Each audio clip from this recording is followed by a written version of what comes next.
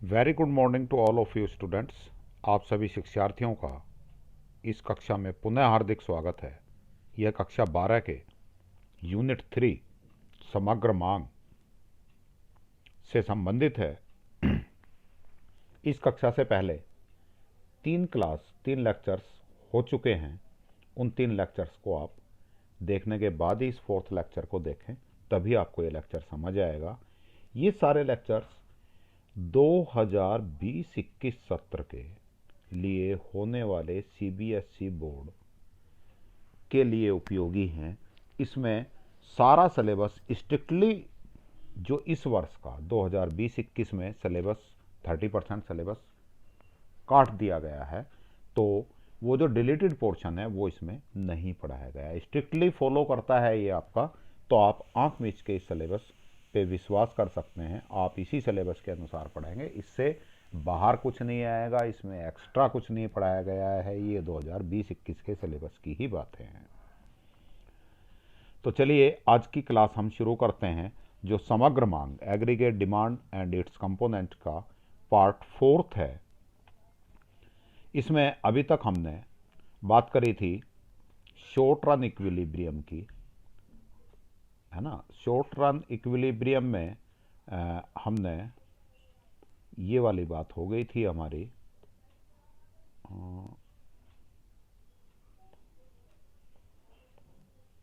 अच्छा, ये वाली बात हमारी हो गई थी। आज हम शुरू करेंगे investment multiplier and it's mechanism. ये भी उम्मीद है ये भी हम आज कर पाएंगे। Full employment and involuntary unemployment. तो पहले 2 मिनट पिछला रिवाइज कर लेते हैं। अल्पकालीन संतुलन क्या होता है, केंजियन थ्योरी क्या है, इसके बारे में हमने पढ़ा था पिछली क्लास में। और अल्पकाल एक ऐसी समय अवधि है जिसके दौरान अर्थव्यवस्था में उत्पादन के स्तर का निर्धारण केवल रोजगार के स्तर द्वारा होता है। इसके बाद बेरोजगारी हमेशा बनी रहती है, अर्थात समग्र पूर्ति हमेशा लोचदार होती है, केंजियन थ्योरी कहती है। फिर हमने इसमें पढ़ा कॉन्सेप्ट ऑफ इक्विलिब्रियम, संतुलन की अवधारणा के बारे में। संतुलन की अवधारणा 2 तरीके से पढ़ी थी, A D is equal to A S दृष्टिकोण। इसमें संतुलन कब होता है हमारा, जब समग्र मांग समग्र पूर्ति के बराबर होती है। यदि समग्र मांग समग्र पूर्ति के बराबर नहीं है तो हमारी 2 स्थिति बनती हैं कि समग्र पूर्ति ज़्यादा हो, समग्र मांग कम हो।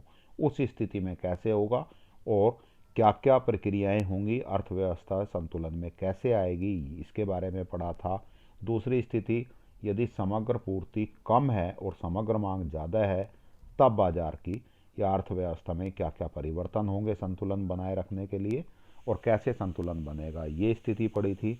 दूसरा दृष्टिकोण, पहला दृष्टिकोण क्या था, A D equal to A S का। दूसरा दृष्टिकोण बचत बराबर निवेश, S is equal to I दृष्टिकोण था। इसमें भी दोनों चीज़ें पड़ी थी। पहली, S is greater than I है तो क्या परिवर्तन होंगे, कैसे कैसे अर्थव्यवस्था संतुलित होगी। दूसरा हमने पढ़ा था, यदि S is smaller than I है तो क्या परिवर्तन होंगे, तब अर्थव्यवस्था कैसे संतुलन में आएगी।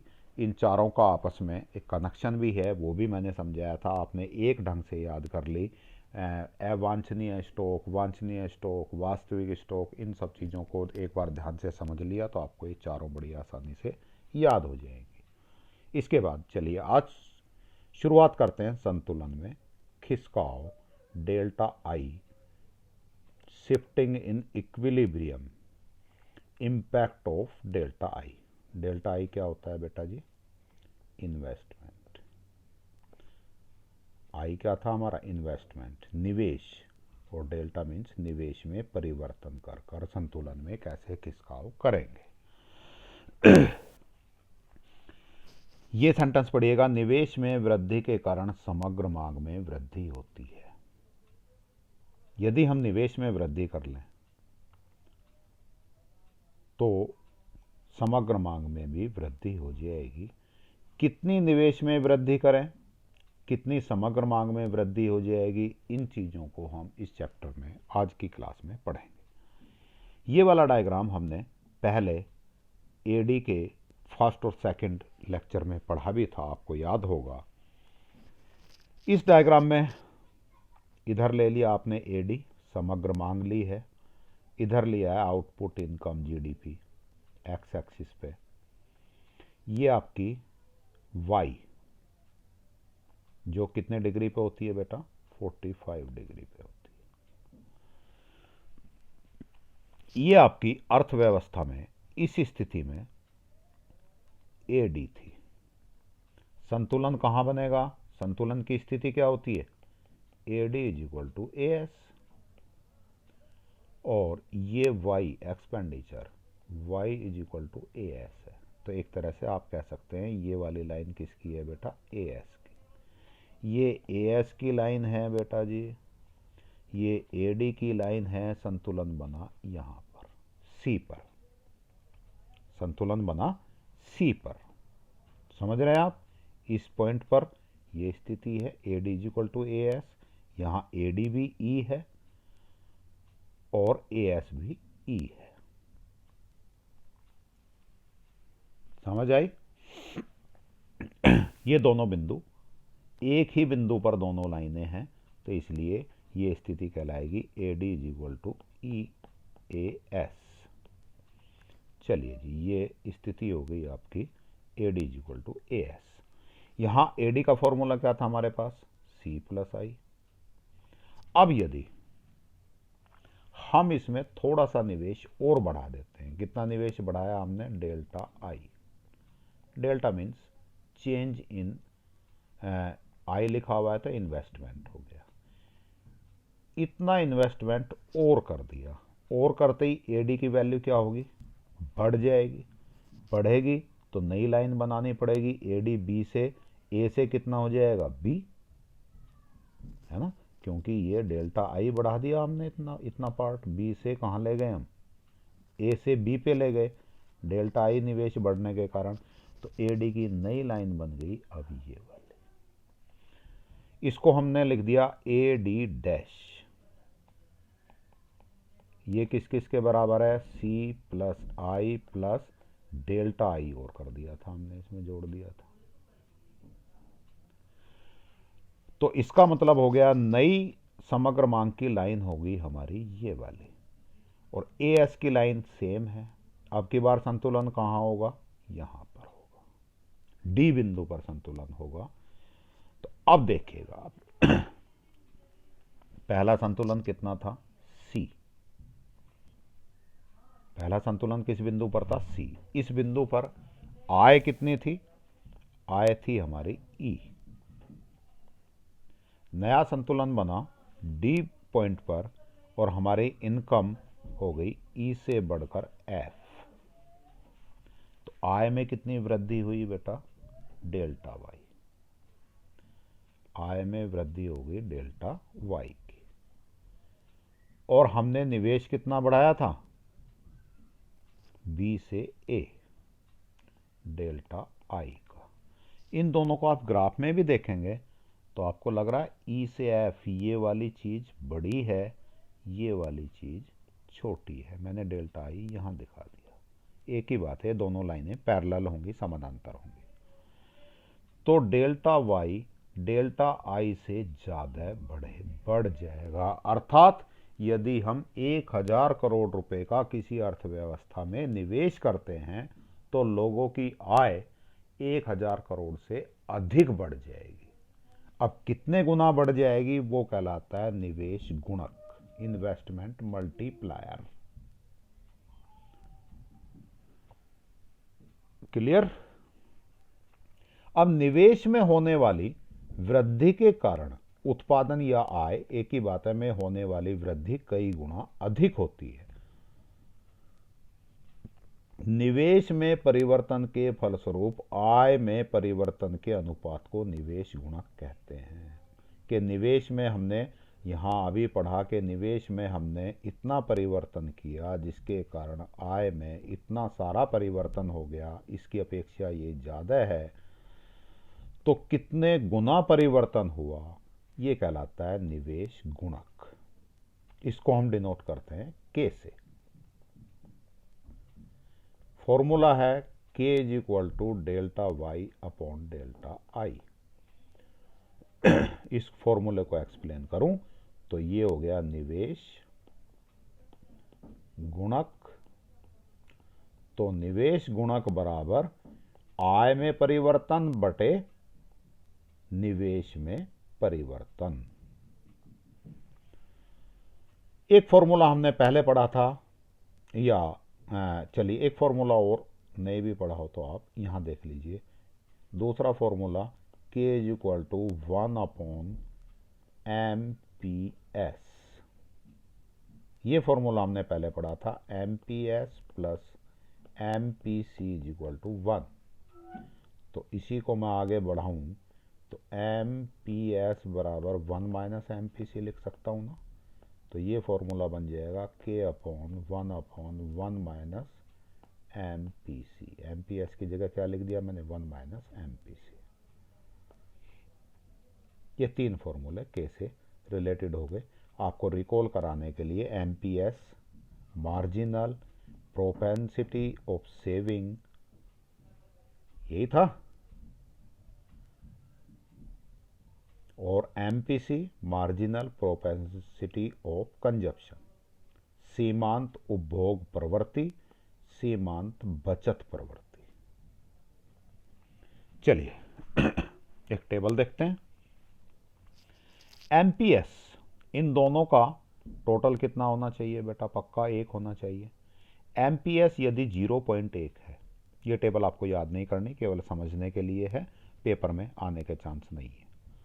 यदि इसका 0.1 है एमपीएस, तो एमपीसी कितनी होगी, पक्का 0.09 होगी, क्योंकि इन दोनों का टोटल कितना होना चाहिए, फॉर्मूला है हमारे पास, MPS plus MPC is equal to 1। इन दोनों का टोटल 1 होना ही चाहिए अर्थव्यवस्था में। यदि ये 0.25 है तो ये 0.75 होगी, ये 0.75 है तो ये 0.25 होगी।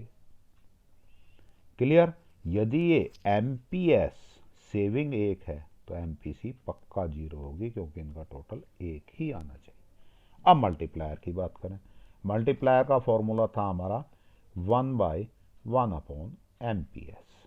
तो इसका एमपीएस निकाल के देखें बेटा, K is equal to 1 upon MPS रख दूं, 0.1 कितना हो गया, 10। इसमें देखूं के is equal to 1 upon 0.25, point हटाऊंगा कितने हो जाएंगे, 100। 25 1 जा, 25 4 जा, कितना हो गया, 4। इसी तरह से इसको देखूं, 1 अपॉन 0.75, पॉइंट हटाऊंगा ऊपर 100, 25 25 3 जा 75, 4 जा 100, 25 4 जा 100, कितना हो गया 4/3, और इसको डिवाइड करोगे तो ये आ जाएगा लगभग 1। तो K is equal to 1 upon MPS कितना, 1, इसका आंसर 1। अब देखिएगा मल्टीप्लायर क्या था, कि कितना निवेश किया उसके कारण आय में कितने गुना वृद्धि हुई। यदि एमपीएस 1 है तो आय में वृद्धि कितनी हो गई, 10 गुना। सॉरी 0.1 है, बहुत कम है। 25 हुआ, आय में वृद्धि कितनी रह गई, 4 गुना।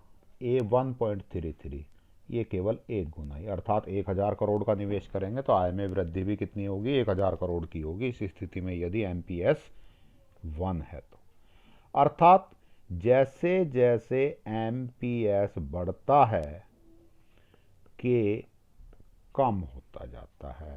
तो K is equal to 1 upon MPS यूं ही तो है, अर्थात इनका कैसा रिलेशन है, इनवर्सली प्रोपोर्शन है, ये बढ़ेगा तो ये कम होता जाएगा। इसका अर्थ ये हुआ कि हमारी अर्थव्यवस्था में यदि एमपीएस जितना कम होगा, मल्टीप्लायर उतना ही तेजी से बढ़ेगा। यहाँ पर बहुत कम है, मल्टीप्लायर 10 है। यहाँ पर बहुत ज़्यादा है, मल्टीप्लायर 10 गुने के बजाय कितना रह गया, 1 गुना ही, उतना ही रह गया। समझ आई बात। अर्थात एमपीएस जितना बढ़ेगा के उतना ही कम होगा। यदि हमें लोगों की इन्वेस्टमेंट में चेंज करके लोगों की आय बढ़ानी है या उत्पादन बढ़ाना है तो हमें एमपीएस को कम से कम रखना होगा। जितना कम रहेगा उतनी ही तेज़ी से आय बढ़ेगी, और एमपीएस कम होने का अर्थ है कि एमपीसी उतनी ही ज़्यादा होगी। ऐसा ही होगा। चलिए अब इस मल्टीप्लायर की मैकेनिज्म पढ़ते हैं। यहीं सिलेबस की बात करें तो हमने अभी क्या पढ़ा बेटा, इन्वेस्टमेंट मल्टीप्लायर क्या होता है। अब इसकी मैकेनिज्म क्रिया विधि की बात करेंगे। इन्वेस्टमेंट मल्टीप्लायर का मतलब समझ आ गया होगा कि निवेश में वृद्धि करने पर आय में भी वृद्धि होती है, और ये कितने गुना वृद्धि होगी ये कहलाएगा निवेश गुणक, इन्वेस्टमेंट मल्टीप्लायर, ये वाली परिभाषा। इसी को समझाने के लिए मैंने ये टेबल बनाई थी। इस तरह की टेबल आपके पास क्वेश्चन में नहीं पूछी जाती, ये केवल समझने के लिए थी। इसका अर्थ केवल इतना हुआ कि एमपीएस जितना कम होगा मल्टीप्लायर गुणक उतना ही ज़्यादा होगा, और गुणक ज़्यादा होने का अर्थ है कि कम निवेश से अधिक आय मिलेगी। अब निवेश गुणक की क्रिया विधि की बात करें।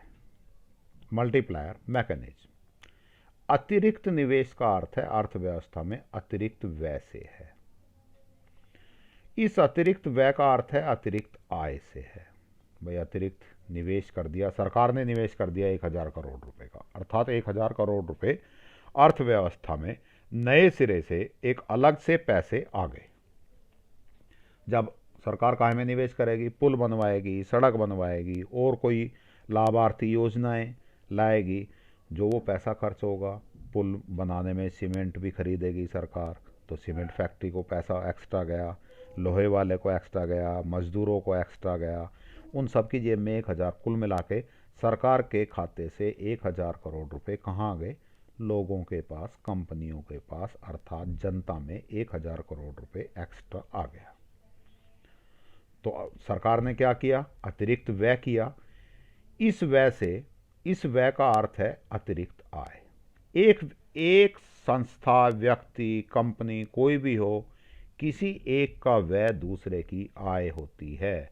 आप बाजार गए, बाजार से 2 किलो दूध खरीद कर लाए, 100 रुपये का दूध खरीद कर लाए, तो आपने 100 रुपये व्यय कर दिए, तो निश्चित रूप से किसी ना किसी के, दुकानदार के, मिल्क प्रोडक्शन फैक्ट्री के, है ना, किसी के भी 100 रुपये की आय हुई होगी। आपका व्यय दूसरे की आय बनता है। तो सरकार ने व्यय किए 1000 करोड़ रुपया, जितने भी किए, निवेश किया, तो उसने व्यय किए, ये अतिरिक्त व्यय का अर्थ है अतिरिक्त आय। अब ये टेबल देखते हैं। निवेश व्यय में वृद्धि कितनी हुई, है ना, इसको अभी हम थोड़ी देर बाद पढ़ते हैं, पहले टेबल में ही समझते हैं। मान लीजिए एमपीसी की वैल्यू है 0.5, तो एमपीएस भी कितना होगा बेटा, एमपीसी और एमपीएस टोटल कितना होना चाहिए, 1, तो एमपीएस भी 0.5 ही होगा, तभी तो इनका टोटल 1 आएगा। तो अर्थव्यवस्था में कैसे कैसे चक्र बनेंगे। मान लीजिए 100 करोड़ रुपए का अतिरिक्त निवेश सरकार ने किया, ये पैसा खर्च होकर कहाँ जाएगा भाई, पब्लिक में आएगा। सरकार का व्यय हुआ, पब्लिक को मिलेगा, तो पब्लिक की या कंपनियों की या अर्थव्यवस्था में जो भी लोग हैं उनकी आय बढ़ेगी। कितने से बढ़ जाएगी, 100 रुपये से। 100, ये करोड़ है, रुपए हैं, जो भी कुछ है, उससे बहुत ज़्यादा मतलब नहीं है। तो आय में परिवर्तन कितना हुआ, 100 का। उपभोग में परिवर्तन कितना हुआ, भाई आपकी आय 100 रुपये पहले की अपेक्षा बढ़ गई, है ना, तो उपभोग कितना बढ़ जाएगा, एमपीसी 0.5 है। एमपीसी का उपभोग में एमपीसी का फॉर्मूला क्या था हमारे पास, delta C upon delta Y. MPC मेरी है 0.5, डेल्टा सी मुझे निकालना है कि उपभोग कितना बढ़ेगा, डेल्टा वाई कितना, आय में वृद्धि कितनी होगी, 100 की, क्रॉस गुणा करूं 0.5 into 100 is equal to delta C, तो delta C is equal to 50। समझ आइए 50 कहाँ से आए। तो उपभोग कितना बढ़ा, 50, अब ये 1000 करोड़ हैं, केवल रुपए हैं, उस पर बहुत ज़्यादा ध्यान देने की ज़रूरत नहीं है। फ़िलहाल हम समझने के लिए बार बार 1000 करोड़ बोलें समझें, उसके बजाय हम क्या कर लें कि अभी इनको केवल 100 रुपये ही मान लेते हैं। 100 रुपये के निवेश में वृद्धि हुई, जिसके कारण 100 रुपये आय में वृद्धि हो गई, लोगों की आय बढ़ गई। उसमें से 50 रुपये, क्योंकि MPC 0.5 है, 50 रुपये लोगों का उपभोग बढ़ गया। उपभोग का मतलब है उसने 50 रुपये अपने ऊपर फालतू खर्च किए पहले की अपेक्षा। और ये जो मैंने अभी आपको बताया था, एक का व्यय, एक का खर्च दूसरे की आय होता है। तो ये 50 रुपये किसी ना किसी व्यक्ति की आय बने होंगे अर्थव्यवस्था में। ये 50 रुपये आए, उसने 100 रुपये का क्या किया था? जिसकी आय 100 रुपये बढ़ी थी, 50 रुपये खर्च कर दिए, 50 रुपये बचत कर ली उसने, क्योंकि MPS भी कितनी है? 0.5। अब ये 50 रुपये जो व्यय किए गए, ये 50 रुपये किसी व्यक्ति की आय बन गए। तो दूसरे चक्कर में फिर आय में परिवर्तन कितना हो गया? किसी ना किसी व्यक्ति की आय 50 रुपये बढ़ गई।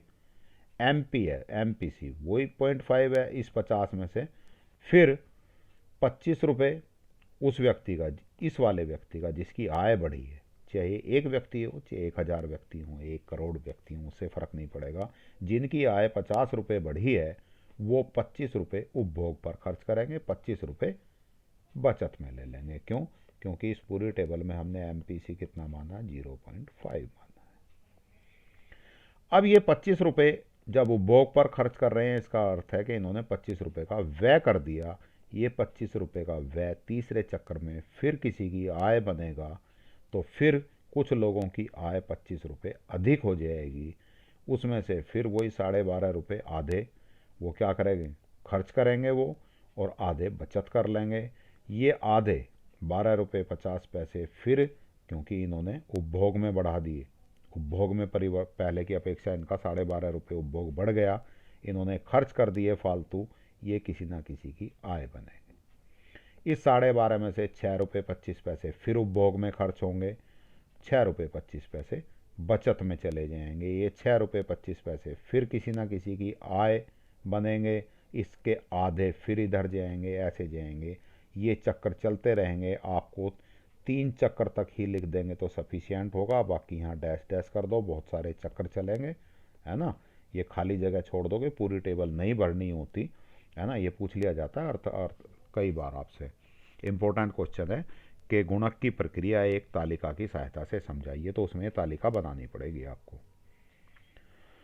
तो अब हम बात करें आय में परिवर्तन कितना हुआ बेटा जी? 200 का। इसका हम टोटल करेंगे तो कितना हो जाएगा? 200। उपभोग में परिवर्तन कितना? 100, और ये 100। अब तुम्हारे सामने एक समस्या आएगी कि भाई सर जी हमें क्या पता, हमने तो 3 ही लाइनें लिखी, अब इसका टोटल 200 आएगा, 250 आएगा, है ना। आपने तो लिख दिया यहाँ 200, तो मैं कैसे लिखूं? मान लीजिए पेपर वाले ने दे दी कि एक टेबल बनाओ जहाँ MPC 0.75 है, तो उस टेबल में ये तो चीज़ें चलो मैं चेंज कर लूँगा, लेकिन यहाँ 200 कैसे आएंगे, ये कैसे हम चेंज करेंगे? तो उसके लिए आप थोड़ा सा समझ लीजिएगा। ये 200 कैसे आए, पहले तो यही बात समझिएगा। देखिए टोटल क्या है ये? आय में परिवर्तन। MPC का फॉर्मूला क्या था? MPC का फॉर्मूला था delta C upon delta Y।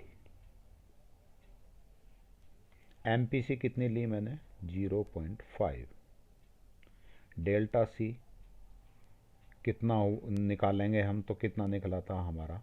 50। यहाँ पे 50 है। चलो अभी एक बार दोबारा पढ़ते हैं, हम इसको देखते हैं।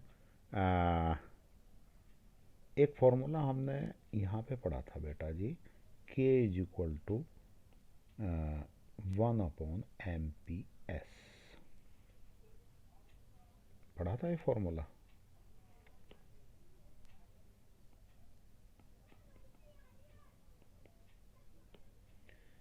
K is equal to 1/MPS।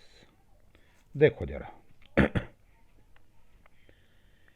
MPC कितनी मानी मैंने 0.5, तो MPS कितनी हो गई 0.5, क्योंकि इन दोनों का टोटल 1 होना ही चाहिए, ये हमें पता है।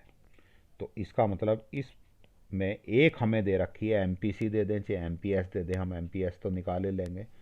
यहाँ पे रखिएगा K is equal to 1/MPS 0.5, point हटाऊंगा 10 हो जाएंगे 2, K इज इक्वल टू 2। अर्थात मल्टीप्लायर कितना हो गया बेटा जी, 2 गुना हो गया। निवेश कितना था 100, तो पक्का यहाँ कितना आएगा 2 गुना 200। यदि यहाँ निवेश बाई चांस 100 के बजाय 500 होता, तो ये कैसे कैसे चेंज होंगे बाद में बात करेंगे। यहाँ पे पक्का टोटल 2 गुना 500 का 2 गुना कितना हो जाता 1000। समझ आ गई ये कैसे लिखा जाएगा? ये लिखा जाएगा, पहले हम मल्टीप्लायर निकालेंगे, के की वैल्यू निकालेंगे। मान लीजिए MPC की वैल्यू हमें दे दी 0.75, इससे एक टेबल बनानी है, नए सिरे से बात करते हैं। निवेश कहता है वो, निवेश में परिवर्तन हो गया जी मेरा 500 रुपये, नई टेबल बनानी है ना। याद तो हमने ये की थी, और हमें क्या किया एग्जाम में नई कंडीशन दे दी कि MPC की वैल्यू आप रखिए 0.75 और निवेश वैल्यू रखिए 500, और तब टेबल बना के समझाओ।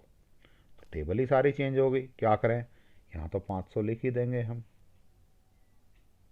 निवेश में परिवर्तन भी कितना हो जाएगा, शुरू में 500 ही होगा।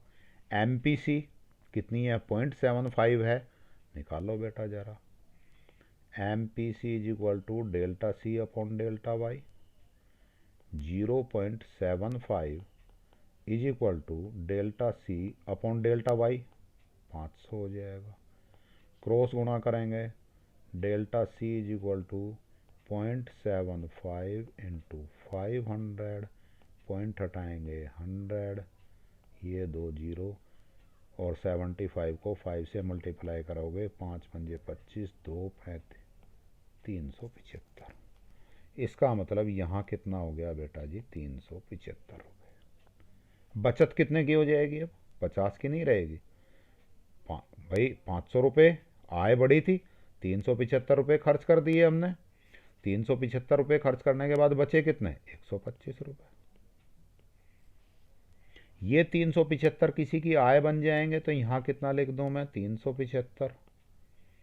फिर इसको ऐसे ही यहाँ पे डेल्टा वाई की जगह कितना लिख दूंगा आपकी बार 375 लिख दूंगा, और 375 लिख के फिर 0.75 से मल्टीप्लाई करके जो भी कुछ आएगा वो हम यहाँ लिख देंगे। बना लोगे टेबल। ये टोटल कितना होगा, 0.75 से के निकालना पड़ेगा। के इज इक्वल टू 1/MPS, मुझे फॉर्मूला पता है।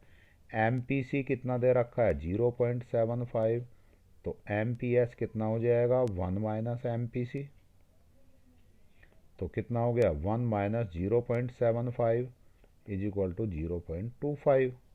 तो यहाँ रख दूँ मैं K is equal to 0.25, point हटाऊँगा 100, 4 जा, तो K इज इक्वल टू 4।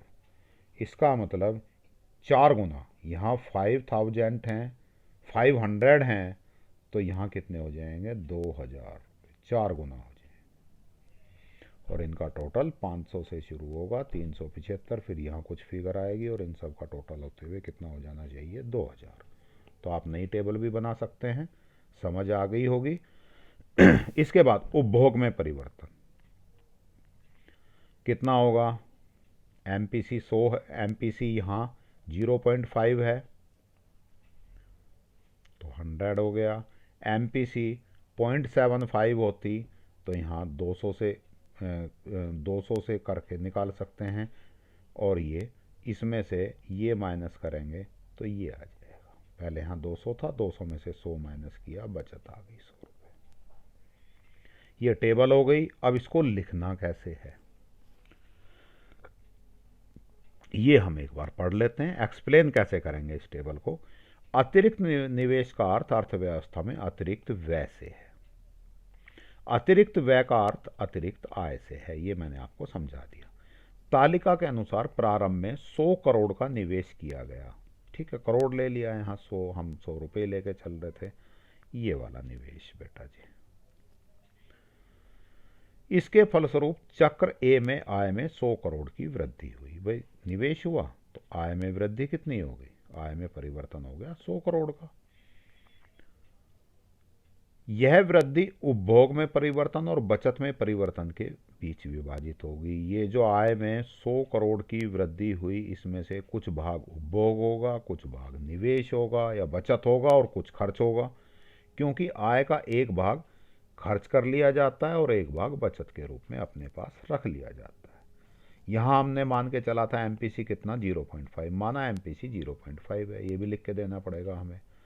अतः उपभोग में 50 करोड़ की वृद्धि होगी, शेष 50 करोड़ बचत के रूप में रख लिए जाएंगे। अर्थात ये पहली लाइन को एक्सप्लेन इन्होंने यहां तक किया है।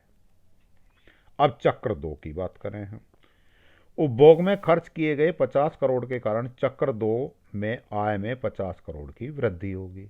एक का खर्च दूसरे की आय बनती है, क्योंकि एक व्यक्ति का खर्च अर्थव्यवस्था में दूसरे व्यक्ति की आय होता है। इस 50 करोड़ की आय से 25 करोड़ उपभोग और 25 करोड़ बचत के रूप में बांटा जाएगा। ये चक्र 2 की बात कर रहे हैं। 50 करोड़ की वृद्धि हुई थी, इसमें से 25 करोड़ उपभोग हो गया, 25 करोड़ बचत में आ गया। तीसरा चक्र इसी तरह चक्र 3 के लिए आय 25 करोड़ हो जाएगी, क्योंकि यहाँ 25 करोड़ रुपए उपभोग में खर्च हुए थे। ये उपभोग अर्थात वह किसी की आय बन गई, तो तीसरे चक्र में 25 करोड़ की आय बढ़ जाएगी। और यह चक्र इसी तरह चलता रहेगा।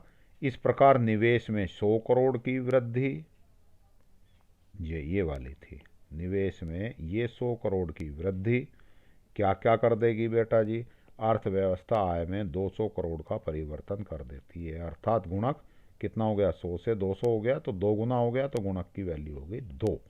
कैसे निकली वो मैंने आपको ऊपर समझा भी दिया कि is equal to delta Y upon delta I. Delta Y कितना था, आय में वृद्धि कितनी हुई 200 की, डेल्टा आई इन्वेस्टमेंट में कितना परिवर्तन हुआ था 100 का 2। यदि ये और ये दिए हुए हैं, डेल्टा ये है हमारा डेल्टा वाई और ये डेल्टा आई, ये दोनों दिए हुए हैं, तो हम के की वैल्यू निकाल सकते हैं। और यदि एमपीसी दिया है और डेल्टा आई दिया है तो एमपीसी से के निकाल लो, फिर डेल्टा वाई निकल जाएगा। चलिए जी, इसका मतलब हुआ कि डेल्टा आई में वृद्धि करेंगे तो आय बढ़ेगी, आय में वृद्धि से उपभोग बढ़ेगा, उपभोग में वृद्धि करेंगे तो फिर आय बढ़ेगी, आय से फिर उपभोग बढ़ेगा, उपभोग से फिर आय बढ़ेगी, और ये चक्र चलता रहेगा।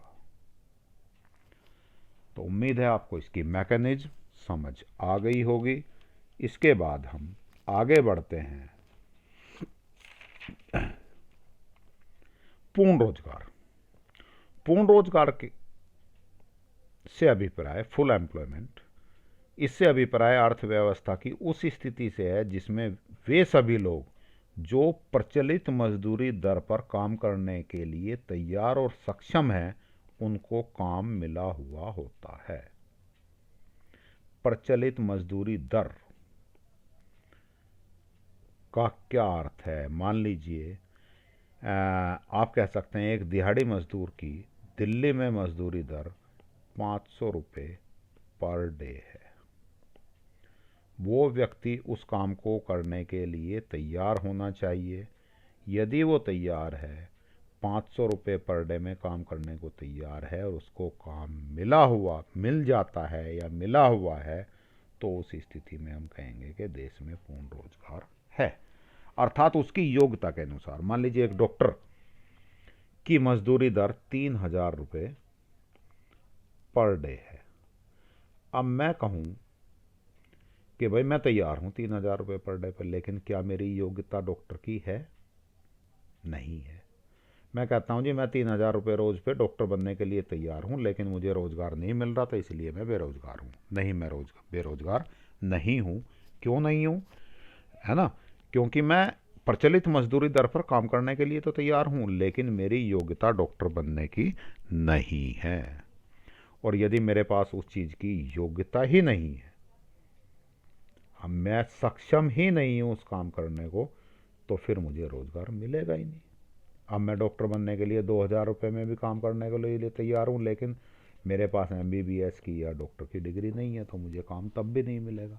तो वो, या कोई डॉक्टर है, उसके पास सक्षम है, लेकिन वो कह रहा है कि भाई 3,000 रुपये तो कम है, मैं तो 5,000 रुपये पर डे पे काम कर सकता हूँ, और उसको रोज़गार नहीं मिलता, तो उसको भी हम बेरोज़गार नहीं कहेंगे। क्यों? क्यों? उसमें कंडीशन कौन सी लग गई? वो सक्षम तो है, पहली कंडीशन तो पास कर रहा है, लेकिन प्रचलित मजदूरी दर पर काम करने के लिए तैयार नहीं है। प्रचलित मजदूरी दर कितनी है? 3,000 रुपये पर डे, तो वो भी बेरोजगार नहीं। तो ऐसे सभी लोग जो सक्षम हैं और प्रचलित मजदूरी दर पर काम करने के लिए तैयार हैं, उनको काम मिला हुआ है, तो ये व्यवस्था कहलाती है पूर्ण रोजगार। इसका अर्थ है अर्थव्यवस्था में श्रम की मांग और उसकी पूर्ति बराबर है।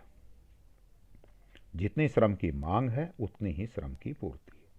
ऐसी स्थिति में उपलब्ध सभी साधनों, कारक, जो कौन कौन से होते हैं? भूमि, श्रम, पूंजी, उद्यम वृत्ति का पूर्ण कुशलता में से प्रयोग होता है।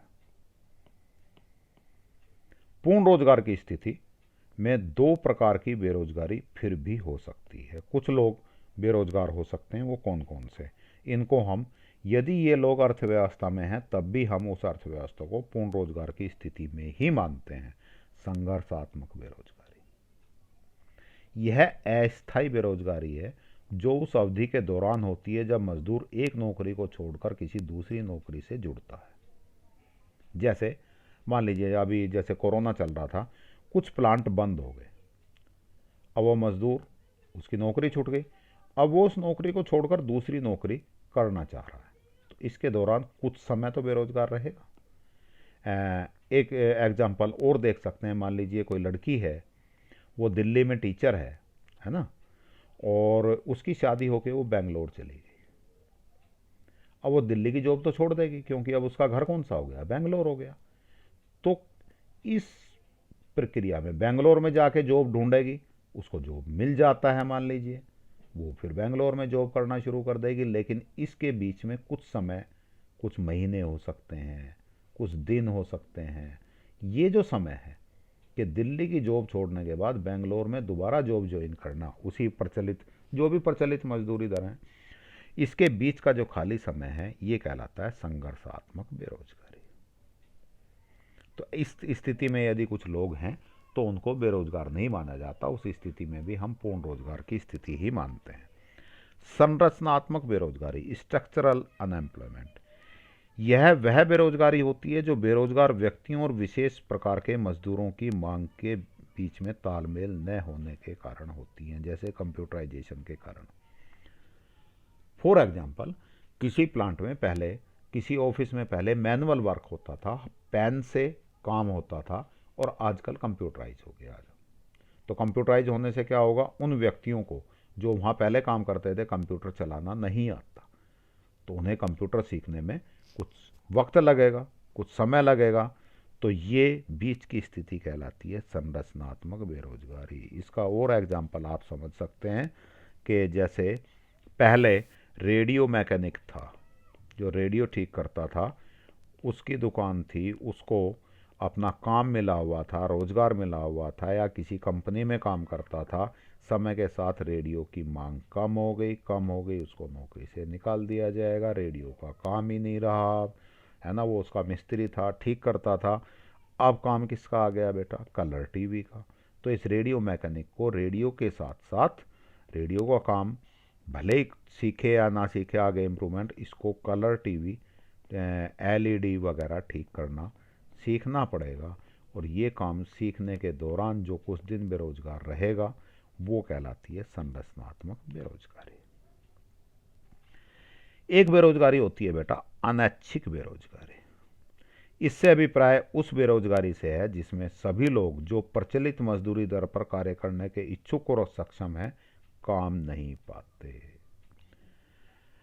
मैं टीचर हूँ, टीचर बनने की जितनी योग्यताएं हैं, जो डिग्री हैं मेरे पास हैं, और टीचर की मान लीजिए 2,000 रुपये पर डे की जो प्रचलित मजदूरी दर है मैं करने के लिए तैयार हूँ, है ना, लेकिन मुझे काम नहीं मिलता, तो ये कहलाएगी अनैच्छिक बेरोजगारी। मैं बेरोजगार हूँ, कैसा हूँ, मेरी इच्छा नहीं है इसलिए अनैच्छिक है। इच्छा है मेरी रोजगार करने की, लेकिन मुझे रोजगार नहीं मिल रहा, तो ये कहलाती है अनैच्छिक बेरोजगारी। मान लीजिए सिंपल मजदूरी की दर 500 रुपये पर डे है और एक व्यक्ति काम करना चाहता है, सक्षम है, योग्य है, इच्छुक है प्रचलित मजदूरी दरों पर ही, लेकिन फिर भी काम नहीं मिलता, तो इसको हम कहते हैं बेरोजगारी, अनैच्छिक बेरोजगारी। ऐच्छिक बेरोजगारी ऐसी स्थिति जिसमें कोई व्यक्ति शारीरिक या मानसिक रूप से सक्षम होने पर भी प्रचलित मजदूरी पर दर पर काम करने का इच्छुक नहीं है। जैसे मैंने डॉक्टर का एग्जाम्पल दिया था, डॉक्टर की प्रचलित मजदूरी दर कितनी है, 3,000 रुपये पर डे, ये मान लिया। एक व्यक्ति शारीरिक रूप से मानसिक रूप से सक्षम है, अर्थात वो डॉक्टर की डिग्री भी है, डॉक्टर का काम करने के लायक भी है, सक्षम है, लेकिन प्रचलित मजदूरी दरों पर वो काम करने का इच्छुक नहीं है। वो तो कह रहा है 5,000 रुपये कोई देगा पर डे के तो काम कर भी सकता हूँ, नहीं तो 3,000 रुपये में मैं नहीं कर रहा। तो ये कैसी कहलाती है, ऐच्छिक बेरोजगारी। वो अपनी इच्छा से बेरोजगार है, काम तो उसको मिल रहा है प्रचलित मजदूरी दरों पर, लेकिन वो करना नहीं चाह रहा, तो इसको हम कहते हैं ऐच्छिक बेरोजगारी। चलिएगा अब इसके थोड़े से अभ्यास प्रश्न देख लेते हैं। एक चित्र की तथा तालिका की सहायता से पूर्ण रोजगार संतुलन की स्थिति को संक्षेप में समझाइए। ऊपर दिया हुआ है, एक बार देख लेना। चित्र भी बनाया था जहां AD = AS, वो मैंने समझाया भी था, और तालिका भी बनाई थी जिसमें हमने बैलेंस किया था इनको। ये वाला तो चित्र है ना, ये स्थिति AD = AS की स्थिति है। इससे पहले वाले उसमें भी डायग्राम बना हुआ है, वहाँ से उठा सकते हैं। इसमें इस डायग्राम में ये वाली चीज़ नहीं बनानी है आपको, केवल ये लाइन बनेगी, ये लाइन बनेगी, ये स्थिति कहलाएगी AD = AS, और टेबल की जहाँ तक बात है वो टेबल बनेगी ये वाली। और इस टेबल में कौन सी स्थिति है AD = AS की, ये वाली स्थिति। ये आपको बोल्ड में जो मैंने कर रखी है, इसी तरह से आपको अंडरलाइन या थोड़ा सा बोल्ड करके दिखानी होगी। नेक्स्ट क्वेश्चन इज गुणक की अवधारणा को चित्र की सहायता से समझाइए। गुणक के मल्टीप्लायर, यही वाला डायग्राम, ये मैंने आपको एक्सप्लेन किया था। ये वाला डायग्राम, इसमें डेल्टा आई ये भी बनेगी, ये लाइन भी बनेगी, इस बार ये तीनों लाइनें बनेगी, ये पूरा डायग्राम ठीक से बनेगा। तो ये गुणक की अवधारणा को समझाने के लिए इस डायग्राम के गुणक की अवधारणा को एक तालिका की सहायता से समझाइए। ये मैंने आपको बताया था, इम्पोर्टेंट क्वेश्चन है ये या तो तालिका की सहायता से या चित्र की सहायता से अक्सर पूछ लिए जाते हैं। तालिका कौन सी बेटा, ये वाली मैंने बहुत अच्छे से समझाई है तुम्हें, कैसे कैसे बनेगी, इनका टोटल कैसे लिखना है ना, डेल्टा वाई कैसे लिखना है का टोटल, डेल्टा सी का टोटल कैसे लिखना है, बचत का टोटल कैसे लिखना है, MPC कितनी होगी। निवेश गुणक क्या होता है, परिभाषा देनी है। निवेश गुणक तथा सीमांत उपभोग प्रवृत्ति के बीच संबंध की व्याख्या कीजिए। डेल्टा आई और किसके बीच में पूछ रहा है वो, MPC। तो MPC = क्या था, delta Y upon delta I, ये वाला फॉर्मूला। अल्प रोजगार संतुलन के अर्थ को समझाइए। शुरू में ही अल्प रोजगार क्या होता है, संतुलन क्या होता है, दोनों समझा रखे हैं, बताए थे, वहाँ से देख लीजिएगा, परिभाषा दोनों की लिखी हुई है। बचत और निवेश विधि का प्रयोग करते हुए आय और उत्पादन के संतुलन की, बचत और निवेश, S = I approach, S = I दृष्टिकोण की बात कर रहे हैं। इस दृष्टिकोण में एक बार S is greater then I, S is less then I, है ना, ये मैंने ऊपर समझाए हैं, इनको देखिएगा। 7वां क्वेश्चन, एक अर्थव्यवस्था को संतुलन में लाने के लिए क्या परिवर्तन होंगे यदि नियोजित बचत नियोजित निवेश से अधिक है। कौन सी स्थिति हो गई बेटा, S = I, S is greater then I, बचत निवेश से अधिक है। समग्र मांग AD समग्र पूर्ति से अधिक है। ये दोनों स्थिति एक्सप्लेन करनी है। एस ग्रेटर और S is greater than I की स्थिति है बेटा जी ये वाले देखो, S is greater than I, ये आपको लिखनी है। और दूसरी स्थिति थी AD is less than AD is greater than AS, ये वाली स्थिति लिखनी है।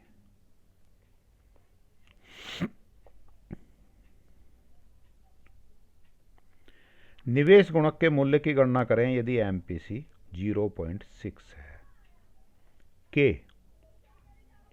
इज इक्वल टू 1 अपॉन कितना, ये क्या कर रहा है MPC 0.1 माइनस MPC, एक फॉर्मूला ये भी है मेरे पास, कितना हो गया K is equal to 1 upon 1 minus 0.6, तो 1 अपॉन कितना हो गया 0.4, और इसको सॉल्व करोगे आ जाएगा 2.5। या दूसरे तरीके से निकाल लीजिए, K is equal to 1 upon MPS, formula याद है, पहले MPC से कितना निकाल लोगे, पहले निकाल लो MPC plus MPS is equal to 1 होता है, तो MPC की वैल्यू कितने रख दूँ 0.6 plus MPS is equal to 1, या MPS is equal to 1 minus 0.6, तो MPS इज इक्वल टू 0.4, इसमें वैल्यू पुटअप कर दूं, K is equal to 1 upon 0.4, यहीं आ गए बेटा जी, कैसे भी कर लो। 9th क्वेश्चन, एक अर्थव्यवस्था में निवेश 200 करोड़ से बढ़ता है, जिसके परिणाम स्वरूप कुल आय में 1000 करोड़ की वृद्धि होती है। MPC की गणना करो। देखो बेटा जी, निवेश डेल्टा आई कितना कर दिया इन्होंने 200 करोड़, कुल आय में कितनी वृद्धि हो रही है, डेल्टा वाई कितना, डेल्टा वाई 1000 करोड़ रुपए, है ना, यहाँ पे करोड़ लिख लो। क्या पूछ रहा है ये, MPC की गणना करो, तो पहले निकालो बेटा जी K का फॉर्मूला क्या था हमारा, delta Y upon delta I, delta Y कितना हो गया 1000, डेल्टा वाई हो गया 200, K इज इक्वल टू हो गया 5। अब पूछ क्या रहा है ये MPC, एक फॉर्मूला K का और MPC का हमारे पास है 1 minus MPC, K is equal to 1 upon 1 minus MPC, या K का मेरे पास फॉर्मूला है 1 अपॉन MPS, MPS से तो MPC निकाल ही सकते हैं, एक ही बात है। चलो इससे करूं इससे करूं, चलो पहले दोनों से ही कर देता हूं। K की वैल्यू कितनी है बेटा 5 is equal to 1 upon 1 minus MPC, यही हुआ, करो जरा इसको, क्रॉस गुणा करेंगे,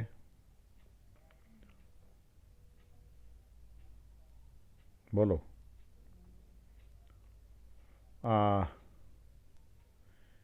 इसको इधर ले जाओ, 1 minus MPC is equal to, इसको नीचे ले आओ 1 अपॉन 5, आगे बढ़ूँ 1 minus MPC is equal to 1 upon 5 का मतलब कितना हो गया 0.2, और आगे बढ़ूँ MPC इज इक्वल टू ये वाला MPC माइनस का बचेगा 0.2 माइनस 1, तो माइनस MPC बराबर कितना हो गया बेटा माइनस 0.8, और करूँ माइनस माइनस कैंसिल हो जाएंगे, तो MPC की वैल्यू हो गई 0.8, ये आंसर हो गया। या इससे निकाल सकते हो, इससे कैसे निकालोगे, K की वैल्यू कितनी है 5, 1/MPS, तो MPS is equal to 1/5, MPS हो गया बेटा 0.2, और MPC क्या होता है 1 माइनस MPS, तो MPC is equal to 1 minus 0.2, MPC हो गया 0.8। चाहे जैसे निकाल लो, आपकी मर्जी है। चलिए जी 10th क्वेश्चन की बात करें, यहाँ पे सॉल्व करते हैं। एक द्विक्षेत्रीय अर्थव्यवस्था में आय और उपभोग फलन क्रम से y is equal to C I और c is equal to 50 plus 0.8y है। यदि निवेश 50 करोड़ हो तो गणना करें आय का संतुलन स्तर है। ये पिछले लेक्चर्स वाले भी जरूरी नहीं है इसी में मिलें, जो पिछले लेक्चर हैं, क्योंकि पूरा चैप्टर एक ही है, तो पिछले लेक्चर वाले भी आप पढ़ेंगे तो ये फॉर्मूले वहाँ दिए हुए हैं। क्या क्या दिया हुआ है बेटा, एक दिया है y is equal to C plus I, दूसरी चीज़ दी है c is equal to 50 plus 0.8 y, और तीसरी चीज़ इन्वेस्टमेंट कितना है 50 करोड़। तो पहले मैं निकालूं आय का संतुलन स्तर, आय कितनी होगी। क्या दिया हुआ है बेटा मुझे y is equal to C plus I, सी की वैल्यू यहाँ से रख दूँ, y इज इक्वल टू इस c की जगह ये लिख लूँ 50 प्लस 0.8y प्लस आई की वैल्यू कितनी दी हुई है मुझे 50। ठीक हो गई बात। y, ये y इधर ले आऊँ, है ना, माइनस 0.8y बराबर कितना हो गया बेटा 50 और 50 100, माइनस करूँगा 0.2y बराबर 100, y बराबर 100 बटे 0.2, पॉइंट हटाऊँगा 10 5, तो y इज इक्वल टू 500। वही वैल्यू जो भी कुछ करोड़ या करोड़ में से शुरू कर रहे हैं काम ये, तो यहाँ क्या लिख देंगे हम करोड़। समझ आई। संतुलन पर उपभोग, सेकंड थिंग पूछी है इसने, संतुलन पर उपभोग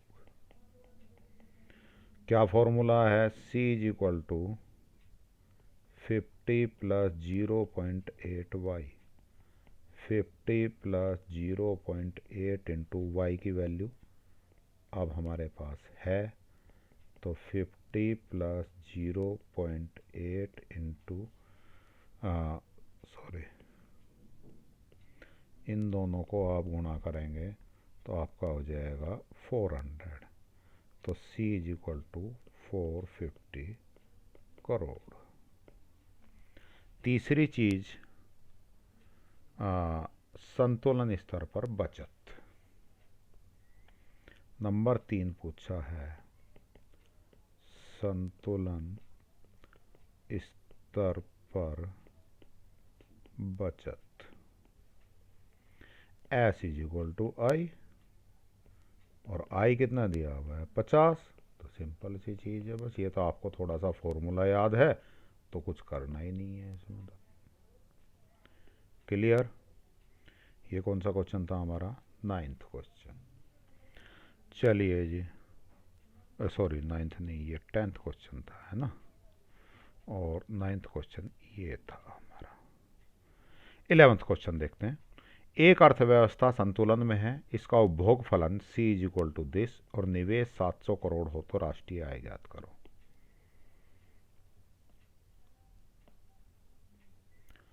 इलेवेंथ क्वेश्चन दिया हुआ है y is equal to C plus आई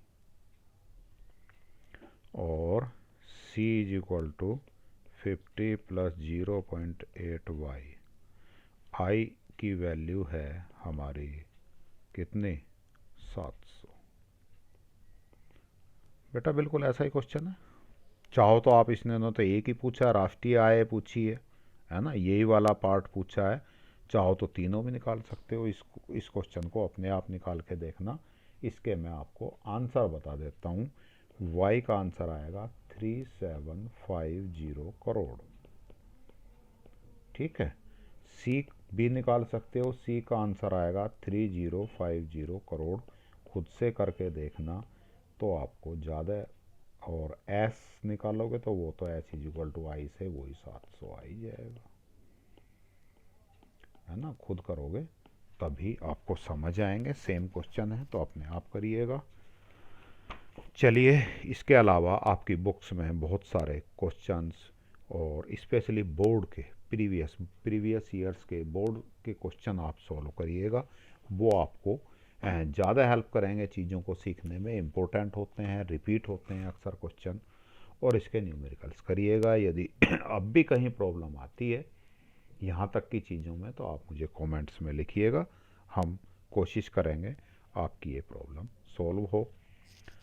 तो आपने मेरी बातें ध्यान से सुनी, इसके लिए आपका बहुत बहुत धन्यवाद, आभार, थैंक यू। उम्मीद है आपको ठीक से बातें समझ आ रही होंगी, आपकी पढ़ाई ठीक से चल रही होगी। Happy learning.